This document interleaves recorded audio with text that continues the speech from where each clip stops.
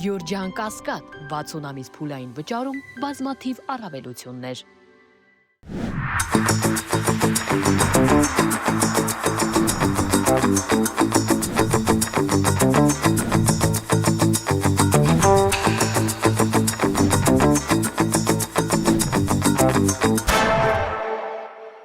Բարի օր բոլորին։ Մենք շարունակում ենք մեր առակը ինչ կցուցանե հաղորդաշարը եւ այսօր կանդրադառնանք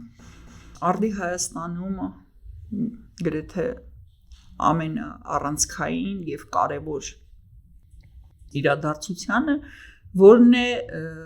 հայ առաքելական եկեղեցու դեմ ծավալված արշավը։ Իրականում պատմության ընթացքում կրոնի եւ կրոնական համակարգի դեմ պայքարը դա եզակի դեպք չի եւ բարբերաբար այդ փորձերը կատարվել են եւ հավանաբար կկատարվեն, բայց եկեք տեսնենք ինչ ընթացք եւ հետևանքներ են ունեցել նման փորձերը ոչ այդքան վաղ պատմական ժամանակահատվածում։ Ադոլֆ Հիտլերը երբ եկավ իշխանության, նրա գրեթե առաջին քայլերից մեկը, եթե հաշվի չառնենք հակահրեական քաղաքականությունը, դա փորձ էր ազդել կրոնին եւ փոխել կրոնական համակարգը Գերմանիայում։ Ստեղ գործում են երկու կարևոր հանգամանք։ Առաջինը Ադոլֆ Հիտլերը դեմ էր, որ արիացի գերմանացիները պաշտեն հրեա Քրիստոսին եւ նա ուզում էր այդ գործոնը հաներ հոգեվոր հասարակության հոգեվոր կյանքից եւ երկրորդը նա ուզում էր յուրացնել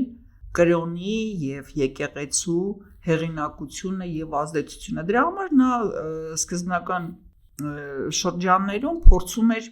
համագործակցել եկեղեցու հետ, բայց նպատակը այն էր, որ նա օգտագործի եկեղեցու ազդեցությունը եւ հեղինակությունը իր շահերից ելնելով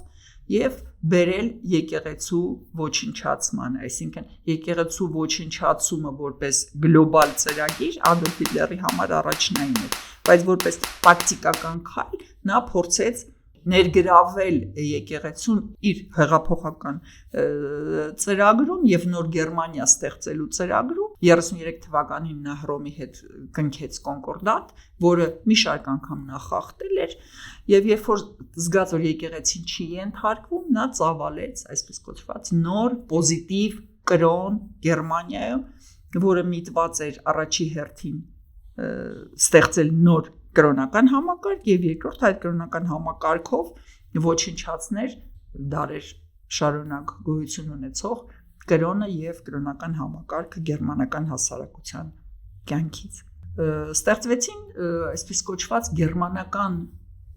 քրիստոնեություն, գերմանական կրոն կազմակերպությունները, որի մասնակիցները դարձան բնական է կաթոլիկ եւ բողոքական կրոնական գործիչները,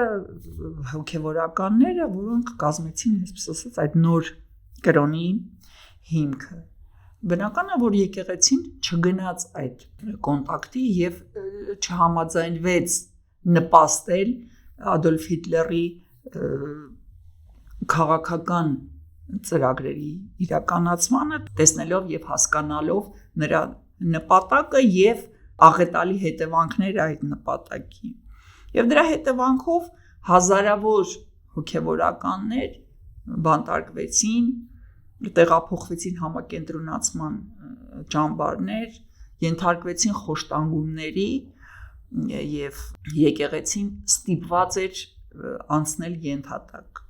որովհետեւ բոլոր քարոզները եւ բոլոր պատարակները, որոնք տեղի ունենում են ժամանակվա Գերմանիայի տարածքում հեղեղված էին գեստապոյի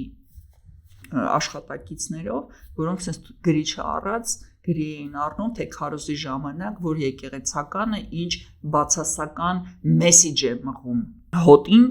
եւ ինչպես դա կարող է անդրադառնալ ֆյուրերի իրականացնելիք ծրագրերի վրա։ Եվ այդ քարոզների հետևանքով մարդիկ բանտարկվում էին, խոշտանգվում էին, սպանվում էին։ Այստեղ պետք է հասկանալ մի կարևոր բան, որ եկեղեցին ինքը իրանով դա այդքան էլ կրոնի մասին չի, այդքան էլ Աստվածի մասին չի։ Եկեղեցին դա համակարգ է, որը կրում է այն գործառույթները, որոնց մեջ պետությունը անելիք չունի։ Այսինքն բարոյական մեսիջները, որոնք հաղորդվում են կրոնի միջոցով,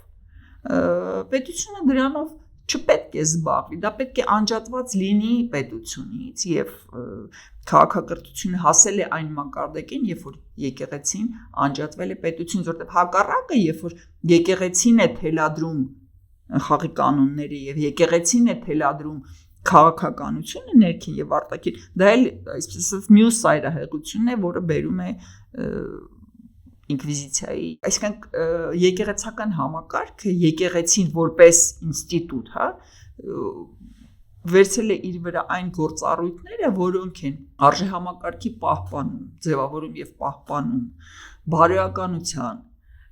մասին պատկերացումները, հա, այսինքն այդ ամեն ինչը իհարկե պետական քարոզչությունը կարող է անել, բայց դա այդպես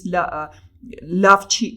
ընկալվում, ինչպես դա անում են կրոնի միջոցով, ինչպես դա արվում է եկեղեցական քարոզների միջոցով, հա,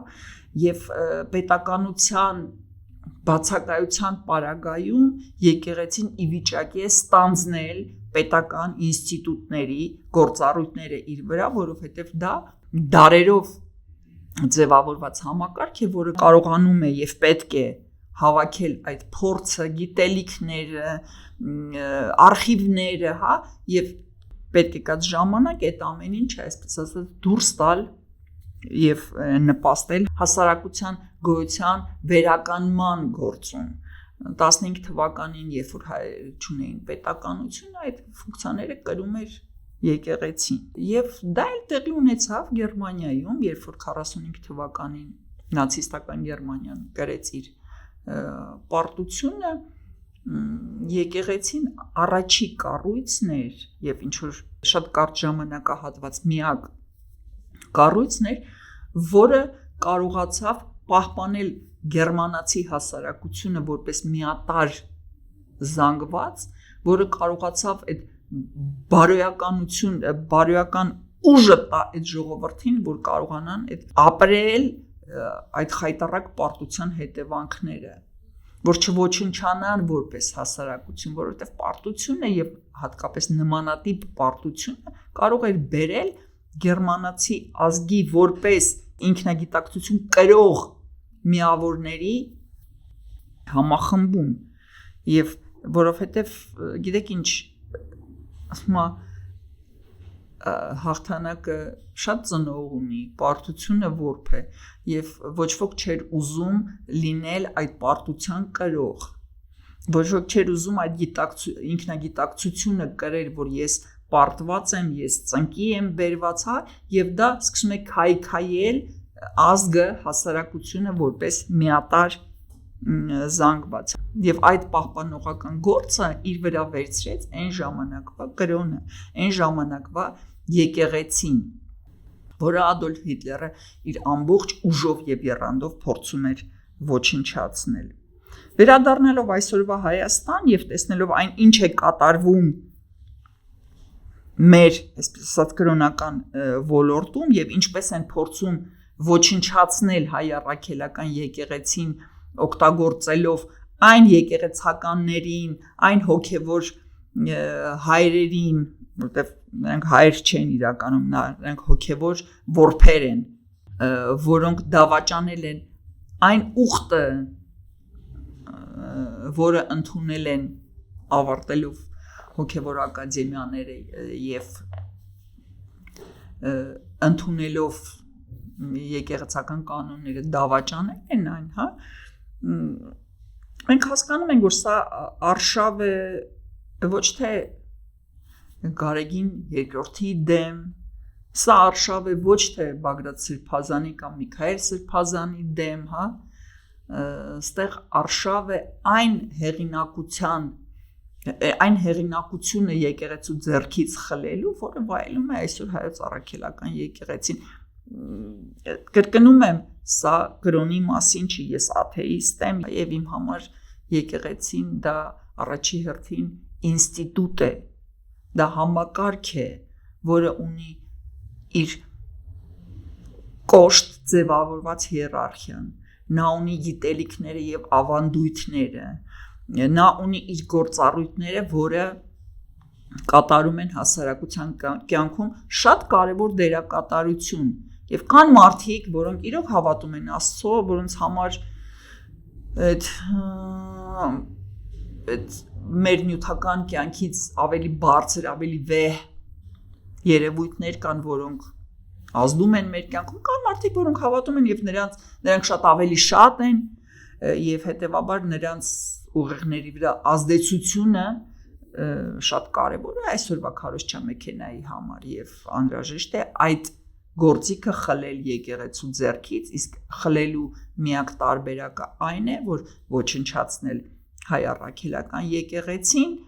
եւ օգտագործել նրա ռեսուրսները հոգուտ ինչ որ մի փոքր խմբի շահերի պաշտպանման։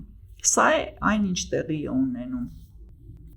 այսօրվա Հայաստանում եւ հիշելով այն արշավը, որը ծավալել էր Ադոլֆ Հիտլերը եւ այն դերակատարությունը, որը իր ժամանակ կատարեց կաթողիկ եկեղեցին եւ բողոքական եկեղեցին փլատակների մեջ հայտնված գերմանացի հասարակությանը, մենք պետք է հասկանանք, որ երբ որ այսօրվա իշխանությունները կոչնչացնեն մեր պետականությունը, նրանց գործառույթները իր վրա կվերցնի հայ առաքելական եկեղեցին, ինչ եղել է միշտ եւ հիշելով ինչ ավարտ ունեցավ Ադոլֆ Հիտլերի արշավը եկեղեցու դեմ եւ ինչպես փլատակներում հայտնված գերմանացի հասարակությանը օգնեց եւ վերծնունդ փոխանցեց կաթոլիկ եկեղեցին եւ բողոքական եկեղեցին, այդպես է լինելու է մեզ մոտ, երբ մենք հայտնվենք փլատակներում եւ կոչնչացվի շնորհիվ հայկական Մուգաբեների եւ Մանդելաների շնորհիվ Հայաստանը, ապա այդ գործառույթները իր վրա վերցնելու է միանշանակ հայ առաքելական եկեղեցին եւ ոչ այն մարդիկ, որոնք դավաճանել են իրենց կրոնը եւ իրենց հոգեվոր հորը, որին երդվել են ծառայել, այլ այն համակարգը, որը գործում է 1700 տարուց ի վեր։ Մնաք բարով։